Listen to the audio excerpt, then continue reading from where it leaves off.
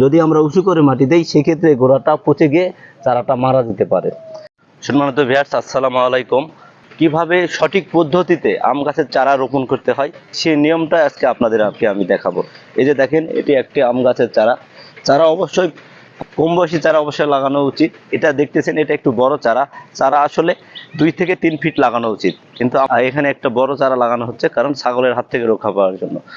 তো প্রথম অবস্থায় এরকম যদি সুতুলি থাকে সেগুলো আগে কেটে নিতে হবে। এই যে হাঁড়িতে আছে, আপনারা অবশ্যই এই হাঁড়ির গাছগুলো ইউজ করবেন। এটাতে কিন্তু পলিথিনও ব্যাগেও থাকে। তো পলিথিনের চাইতে এই যে টবে, এই যে মাটির টবে যে এই গাছগুলো মৃত্যুর হার খুবই কম হয়ে থাকে। তো এভাবে একটি লোহার দণ্ড দিয়ে এভাবে বাড়ি দিতে হবে। বাড়ি দিলেই ভেঙে পড়ে যাবে। এই যে দেখেন, সুন্দরভাবে হাঁড়িটা পড়ে গিয়েছে, দেখতে পাচ্ছেন শিকড়গুলো কিন্তু সুন্দরভাবে সন্নিবেশ হয়ে আছে। তো এটা এখন এখানে দিয়ে দিব। এই যে এখানে এটা দিয়ে দিলাম। দেওয়ার পরে আমরা যেই ভুলটা করে থাকি, আমাদের যেই ভুলটা হয় এই গোড়ায় মাটি দেওয়ার ক্ষেত্রে, আমরা যদি মাটিটা এই যে টবের যে মাটিটা, এটার টবের যে মাটিটা আমরা এখন যে মাটিটা দিব এই মাটির সমান পরিমাণে দিতে হবে। আমরা এখন এই মাটিটা যদি এই টবের মাটির চাইতে, অনেকে কি করে এই টবের মাটির চাইতে এরকম উঁচু করে দেয়, কিন্তু এটা দিলে কি হবে, এই গাছটা মারা যেতে পারে। আমাদের আসল নিয়মটা হলো যে এই টবের মাটির সমান করে মাটি দিতে হবে। সে কারণে আমাদের অবশ্যই এই সমান পরিমাণে মাটি দিতে হবে।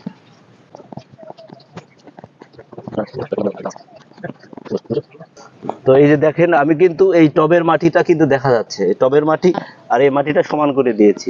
এবং বর্ষাকালের ক্ষেত্রে কি করতে হবে, আমাদেরকে অবশ্যই এটা ভালো করে এরকম ভাবে মাটি ঠেসে ঠেসে দিতে হবে। মাটি ঠেসে দেওয়ার পরে আমাদেরকে একটা খুঁটি ইউজ করতে হবে,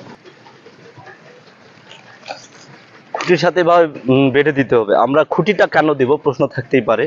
এই খুঁটিটা দেওয়ার কারণ হলো, খুঁটি যদি আমরা না দেই তাহলে এই গাছটি একটু বাতাসে নড়ে যাবে। আর এখানে যেহেতু এখন শিকড় মাটির সাথে সংযুক্ত হয় না এই পাশের মাটির সাথে, সেক্ষেত্রে গোড়া যদি নড়ে যায় তাহলে এই শিকড় মারা যেতে পারে। মারা গেলে গাছটিও মারা যেতে পারে। অবশ্যই আমাদেরকে খুঁটি দিতে হবে। ছোট গাছ বড় গাছ সব গাছেই গাছ লাগানোর সাথে সাথে খুঁটি দিয়ে এভাবে বেঁধে দিতে হবে। এবং বর্ষাকালে মাটি দিয়ে একটু ঢালু করে দিতে হবে।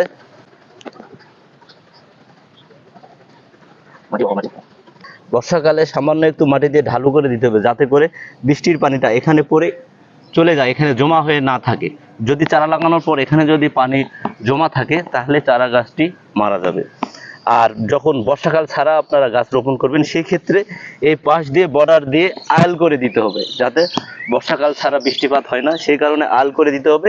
এবং যাতে আপনি যখন পানি দিবেন তার এটা যাতে ধরে থাকতে পারে, সেটা হলো বর্ষাকালের ছাড়া অন্য সময়। আর বর্ষাকালের সময় ঢালু করে দিতে হবে। তো এই পদ্ধতিগুলো অবলম্বন করলে আপনাদের চারা গাছ আর নষ্ট হবে না, চারা গাছ মারা যাবে না। তো ধন্যবাদ সবাই।